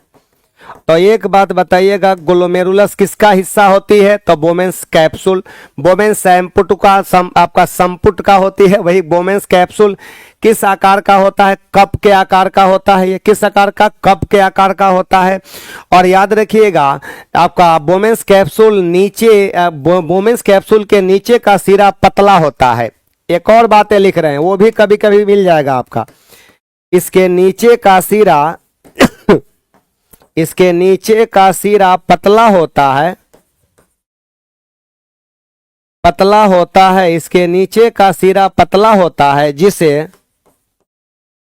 इसके नीचे का सिरा पतला होता है, जिसे हेनले का लूप कहा जाता है, हेनले का लूप, हेनले का लूप कहा जाता है, जिसे हेनले का लूप कहा जाता है। चलो भाई यहां पर हो गया, हेनले का लूप कहा जाता है। तो बताइए हेनले का लूप कहाँ मिलेगा? क्वेश्चन आएगा कि हेनले का लूप आप मानव शरीर के किस अंग में देखेंगे? तो कहिएगा कि हेनले का लूप हम लोग आपका किडनी में देखेंगे, उत्सर्जन तंत्र में देखेंगे, हम लोग उत्सर्जन तंत्र में देखेंगे। आपके प्रश्न का सही जवाब मिल गया। और ये बातें जो लिखे हैं मोस्ट VVI लिख दिए हैं, ये सब बातें इंपॉर्टेंट है। क्वेश्चन तो बनिए रहा है लेकिन उससे ज्यादा इंपॉर्टेंट ये सब बातें हैं। इसके नीचे का सिरा पतला होता है जिसे हेनले का लूप कहा जाता है, हेनले लूप्स के नाम से जानते हैं। लीजिए, प्रत्यवर्ती क्रिया का उचित उदाहरण कौन है? प्रत्यवर्ती क्रिया माने रिफ्लेक्स एक्शन की बात किया जाए, रिफ्लेक्स वर्ब कर दिया है। अरे बाप रे बाप, गजब हाल है भाई, साफ अनर्थ हो जा रहा है इंग्लिशवा में तो देखने तो लग रहा है। Reflex action, ACTION action. देखिएगा, मेरी बात समझेंगे आप लोग पहले। रिफ्लेक्स एक्शन को बताइएगा, लूप ऑफ हेनले होती है, हाँ हाँ लूप ऑफ हेनले होती है, ठीक ना। अब एक बात बता दीजिएगा आप लोग, ध्यान दीजिएगा आप लोग। अब यहां पर कह रहा है कि प्रत्यावर्ती क्रिया का उचित उदाहरण कौन है? सामान्य सांस लेना, सामान्य सांस लेना होगा। अरे भाई सामान्य सांस नहीं लीजिएगा तो आदमी मर जाएगा ना। कहिएगा पुस्तक पढ़ना, पुस्तक पढ़ना। कहिएगा याकायक, नेत्र के सामने तेज रोशनी फेंकने पर नेत्र झपकना। अगर आपके आंख पर अचानक तेज रोशनी आ जाए तो अचानक नेत्र क्या करता है? झपक जाता है। तो बताइए, कुछ क्रियाएं ऐसी होती है जिसका कंट्रोल जो है मस्तिष्क नहीं कर स्पाइनल कॉर्ड करता है। कौन करता है? स्पाइनल कॉर्ड करता है। और बताइएगा, ऐसी क्रियाओं को ही हम लोग कहते हैं रिफ्लेक्स एक्शन कहते हैं। जैसे हमारी हाथ जो है, हमारा हाथ, जैसे कोई आदमी सुई घोंपेगा तो अचानक हम लोग चिहक जाएंगे। अगर मान कर चलिए कि आपका हाथ अगर किसी गर्म चीज पर पड़ जा रहा है, तुरंत हम लोग क्या करते हैं? तुरंत हम लोग हटा लेते हैं कि गर्म चीज पर पड़ गया हाथ। तो आप कहिएगा कि चलो भाई जल्दी से मैसेज जाओ, डिसीजन दो, किसके पास? मस्तिष्क के पास, कि हटाना है कि नहीं हटाना है। तो यार उतना समय थोड़े, तुरंत हटा लेते हैं। तो इस प्रकार की क्रियाओं को ही रिफ्लेक्स एक्शन कहते हैं, जिसका कंट्रोल कौन करता है? स्पाइनल कॉर्ड करता है। प्रत्यवर्ती क्रिया का नियंत्रण जो करती है, नियंत्रण, नियंत्रण बराबर कह दीजिएगा स्पाइनल कॉर्ड, स्पाइनल कॉर्ड करती है। और इसमें हमारा ये ऑप्शन आ जाएगी। लीजिए अगले नंबर पर आते हैं। स्पाइरोगायरा में अलैंगिक प्रजनन होता है, सही बात तो है। अलैंगिक प्रजनन किसमें? हमारा स्पाइरोगायरा में एसेक्सुअल रिप्रोडक्शन होती है। और इसमें अगर देखा जाए तो बताइएगा इसमें क्या होती है? तो कहेंगे कि स्पाइरोगायरा एक होती है खंडन, का नाम सुने होंगे, खंडन। खंडन, खंडन का मतलब होती है फ्रेगमेंटेशन, फ्रेगमेंटेशन, फ्रेगमेंटेशन होती है।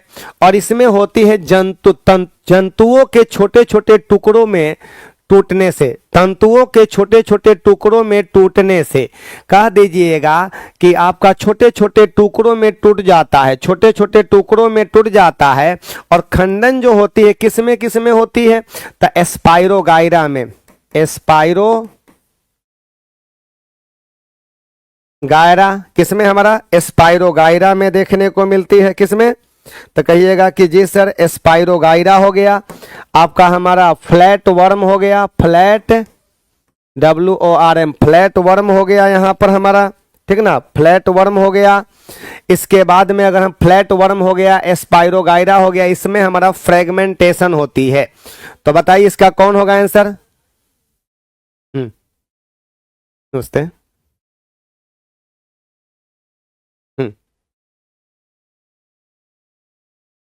8 तारीख से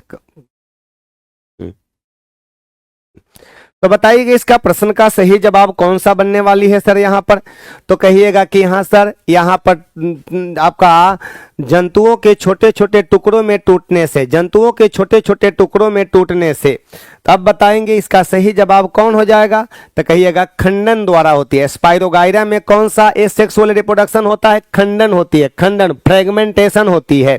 उसी प्रकार में कह दिया जाएगा कि मुकुलन हाइड्रा में ईस्ट में होती है। मुकुलन की बात किया जाए, मुकुलन पूछता है ये, तो कहिएगा हाइड्रा ईस्ट, हाइड्रा होती है, YEAST ईस्ट होती है। एसेक्सुअल रिप्रोडक्शन में हमारा खंडन भी आता है, बहुखंडन भी आता है, ठीक ना, खंडन होता है आपका, बहुविखंडन होती है, द्विविखंडन होती है, ये सब का सब हमारा एसेक्सुअल रिप्रोडक्शन में आती है। अगला है कि एक बीजांड या बीज में से अनेक भ्रूणों का उत्पन्न होना क्या कहलाता है, ये तो टर्मोलॉजी है। कहिएगा एक बीजांड या बीज में से अनेक भ्रूण निकलता है, इसका नाम क्या है, अनेक माने पॉली, अनेक माने क्या होता है, पॉली भ्रूण निकलता है, तो इसका नाम है पॉली इम्ब्रियो। इम्ब्रियो माने क्या होता है, भ्रूण, पॉली इम्ब्रियो कहते हैं, तब बहुभ्रूणता कहलाती है ये, इसके नाम से ही पता चल गया। अब लीजिए आगे बढ़ जाते हैं। कोशिका के कार्यों के संदर्भ में निम्नलिखित कथनों पर विचार कीजिए। कोशिका के कार्य के संदर्भ में, एक कोशिकीय जीव में सभी मौलिक कार्य एक ही कोशिका द्वारा किए जाते हैं, सही बात तो है। अगर कोई हमारा एक कोशिकीय जीव है तो एक कोशिकीय जीव में जितना भी काम होता है वही एक गो सेल करता है। जैसे हमारा अमीबा की बात करेंगे तो अमीबा एक कोशिकीय जीव है, इसमें एक गो सेल होती है। तो अगर आपके पास एगो ही कमरा होगा, एक कमरा होगा, तो उसी कमरा में आप खाना भी पकाइएगा, उसी कमरा में सुतिएगा भी, तो सारा कमवा तो उसी कमरा में ना करेंगे। वही बात एक कोशिकीय जीव के साथ भी होती है। तो एक कोशिकीय जीवों में सभी मौलिक कार्य एक ही कोशिकाओं द्वारा किए जाते हैं, सही जवाब है। बहुकोशिकीय जीवों में सब का अपना स्पेशलाइजेशन होती है, वही होती है श्रम विभाजन के सिद्धांत पर कार्य करती है। अच्छा है, बहुकोशिकीय जीवों में कोशिकाएं श्रम विभाजन के सिद्धांत पर काम करती है, मतलब कि principle of division of labour के सिद्धांत पर काम करती है। दोनों का दोनों सही है, इसलिए हमारे प्रश्न का सही जवाब हो जाएगा कौन नंबर, सी नंबर हमारे प्रश्न का सही में जवाब। लाजवाब आंसर आया तो एकदम सही जवाब हो गया हमारा, कौन नंबर हो गया, तो सी नंबर हमारे प्रश्न का सही जवाब हो गया। चलिए आगे बढ़ जाते हैं हम लोग, अब नेक्स्ट क्वेश्चन की ओर आ जाते हैं। अब लीजिए आपका अगला सवाल, अमीबा और प्रोटोजोआ में से अमीबा और प्रोटोजोआ किस जगत के अंतर्गत आते हैं? तब बताइए, अमीबा हो गया, प्रोटोजोआ हो गया, किस जगत में आते हैं, हमारा किस जगत के अंतर्गत आते हैं? सुनिए, 5 किंगडम क्लासिफिकेशन किसने दिया था? विटेकर साहब ने दिया था। 5 kingdom classification was given by Whittaker साहब। विटेकर साहब ने दिया था। कौन दिया था? विटेकर साहब ने दिया था। कौन? विटेकर ने दिया था। अब बताइएगा, यहां पर कह रहा है कि प्रोटिस्टा में कौन आता है? प्रोटिस्टा में हमारा प्रोटोजोआ आता है, अमीबा आता है, प्रोटोजोआ, अमीबा आता है, प्रोटोजोआ आ गया, अमीबा आ गया हमारा, चाहे यहीं पर देखिएगा पैरामीशियम आती है, पैरामीशियम आती है। इसी में हमारा कौन आ गया भाई? तक प्लाज्मोडियम आ गया, प्लाज्मोडियम आ गया, युगलिना आ गया, युगलिना आ गया, ये सब का सब आ गया हमारा इसी में। अब बताइएगा, मोनेरा जगत में कौन कौन आता है? तब मोनेरा जगत में हमारा ये सब आ जाएगा।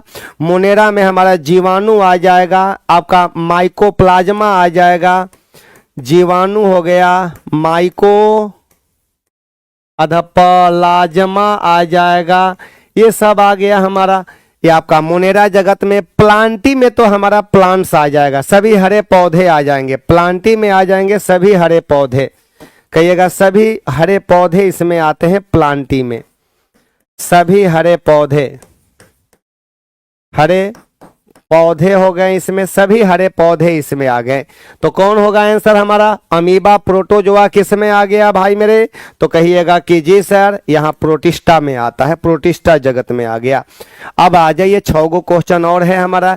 एक बीजपत्री बीज की संरचना के संदर्भ में निम्नलिखित में कौन सा बाह्यतम से आंतरिक भाग के क्रम में है, बाहर से अंदर की ओर जा रहा है, एक बीजपत्री पौधों में, मोनोकोटिलिडंस में, डाइकोटिलिडंस में नहीं, तो इसका जो रहेगा वही आंसर दीजिएगा। ये क्योंकि उसका पूरा स्ट्रक्चर दिया, पूरा का पूरा दिया हुआ है, किधर से किधर, बाहर से आंतरिक की भाग की ओर दिया हुआ है। तब बाहर में क्या है, बीज का आवरण होता है जिसको सीड कोट कहा जाता है। तो भाई बीज का आवरण कोई है इसमें, इसमें तो है नहीं, इंडोस्पर्म से दिया है, गलत हो गया, इसमें भी नहीं है, तो यही होगा हमारा सी नंबर ऑप्शन सही होगा। इसमें कुछ नहीं करना है, इसका तो ऑप्शन हमारे हाथ में पड़ा हुआ है, बाहर से अंदर की ओर जा रहा है। अरे भाई मेरे, आपके पास घर है तो घर में बाहर से अंदर की ओर आएंगे तो पहले तो घर का दरवाजा मिलेगा, उसके बाद में बरामदा मिलेगा, ओकरा बाद में और कुछ मिलेगा, तो घर में बाहर से अंदर जाइएगा, अंदर से बाहर आइएगा तब ना उल्टा जाइएगा।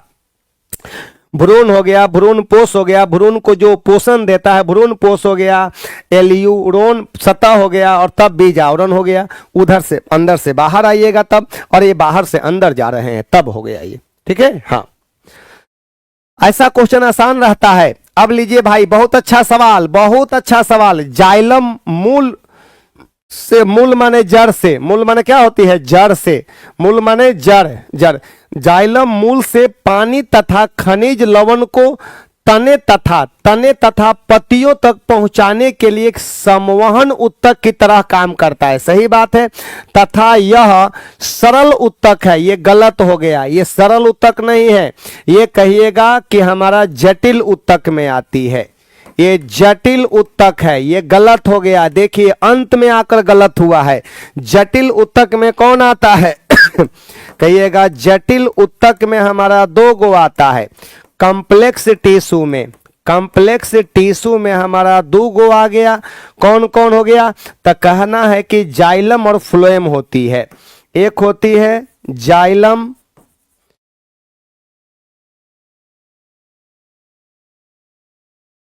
और एक होती है हमारा फ्लोएम, तो रखे जाइलम, और एक होता है फ्लोएम, द फ्लोएम, एक होता है फ्लोएम होती है।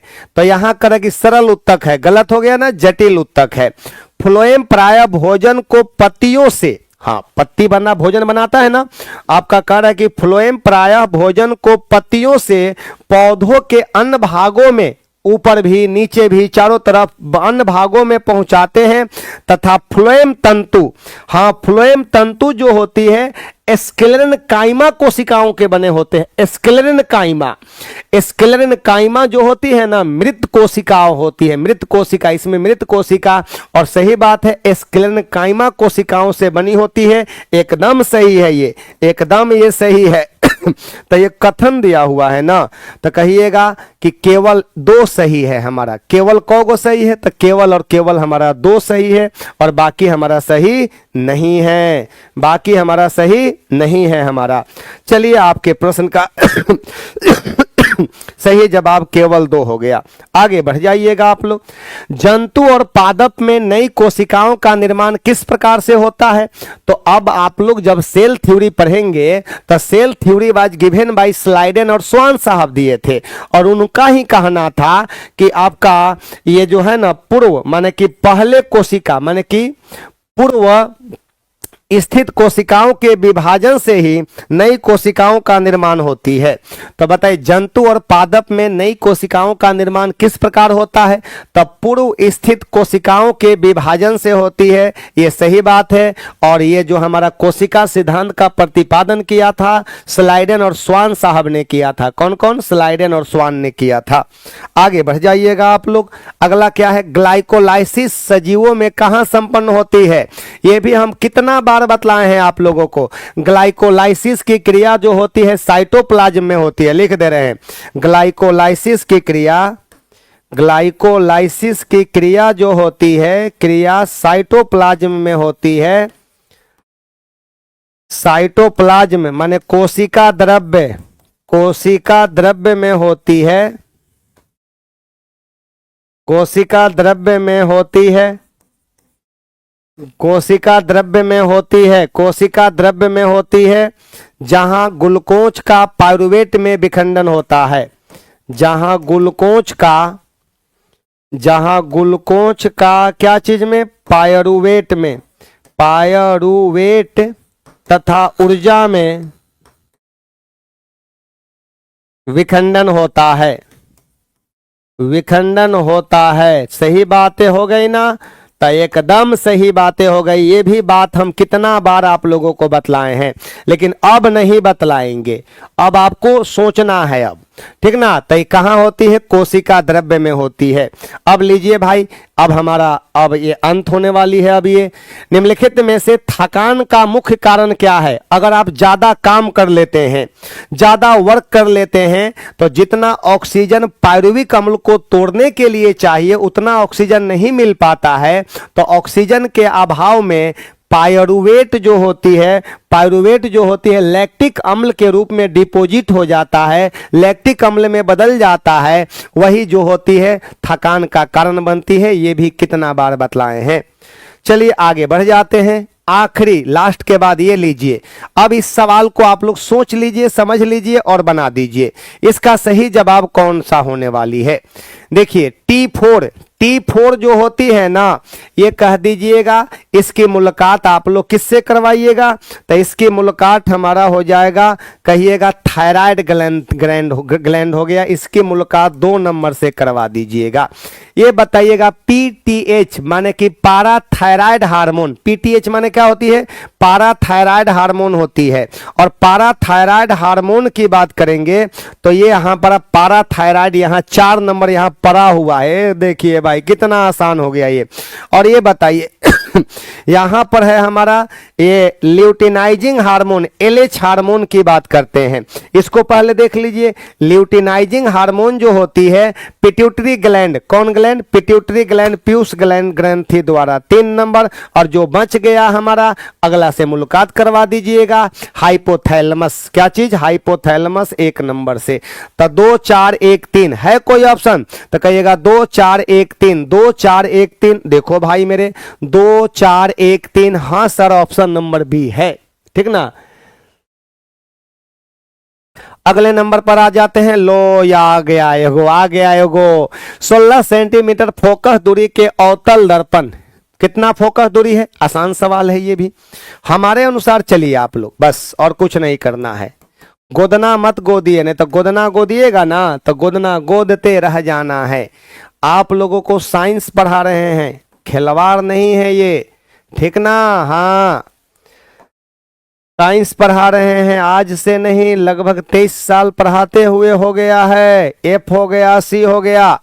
16 सेंटीमीटर फोकस दूरी, तो F बराबर कितना है, -16 लिख देना होगा ना, -16 सेंटीमीटर। और कह रहा कि अवतल दर्पण के सामने हाँ, और 16 से फोकस दूरी के अवतल दर्पण के सामने 8 सेंटीमीटर की दूरी पर, 8 सेंटीमीटर की दूरी पर -8 सेंटीमीटर। तब भाई मेरे फोकस दूरी 16 है, वस्तु को रखा गया है 8 सेंटीमीटर की दूरी पर फोकस दूरी के अंदर, तो इसका प्रतिबिंबुआ बनेगा दर्पण के पीछे बनेगा, दर्पण के पीछे बनेगा, आभासी, सीधा और वस्तु के आकार से बड़ा बनेगा। तो अब तो ये तो क्लियर हो गया हमें कि V बराबर व्हाट। तो दर्पण सूत्र आप लोग लगा दीजिएगा। दर्पण सूत्र कौन सा होने वाला है, 1/f बराबर 1/f बराबर 1/v प्लस 1/u से। अब ये कितना हो जाएगा, तो -1/16 बराबर 1/v माइनस 1/8। अब ये आ जाएगा -1/16 प्लस 1/8 बराबर 1/v। अब लो भाई मेरे 8 और 16 का एलसीएम 16 हो जाएगा, -1 और प्लस 2 कर देना है बराबर 1/v। इसलिए v बराबर हो जाएगा 16 सेंटीमीटर। प्लस में आया ना, हाँ v का मान प्लस में आया, ये साबित करता है कि प्रतिबिंब कैसा है, काल्पनिक है। प्रतिबिंब बराबर कैसा है, तो कहिएगा आभासी। प्रतिबिंब बराबर कह दीजिएगा आभासी है, हमारा आभासी प्रतिबिंब है। तो है कोई ऑप्शन, तो हाँ 16 हमारा है, 16 सेंटीमीटर है हमारे प्रश्न का सही जवाब। और हम आपसे अब ले लेते हैं इजाजत, ओके बाय। अगर साइंस आपका है तो साइंस में एडमिशन लेकर पढ़िए, समय को बर्बाद मत कीजिए, नहीं तो समय बर्बाद हो जाएगा ना तो बाद में कुछ नहीं मिलने वाला है, अफसोस के सिवाय कुछ नहीं होगी। और हम चाहते हैं कि अफसोस आप लोग मत कीजिए, मेहनत कीजिए, सफलता मिलेगी आपको।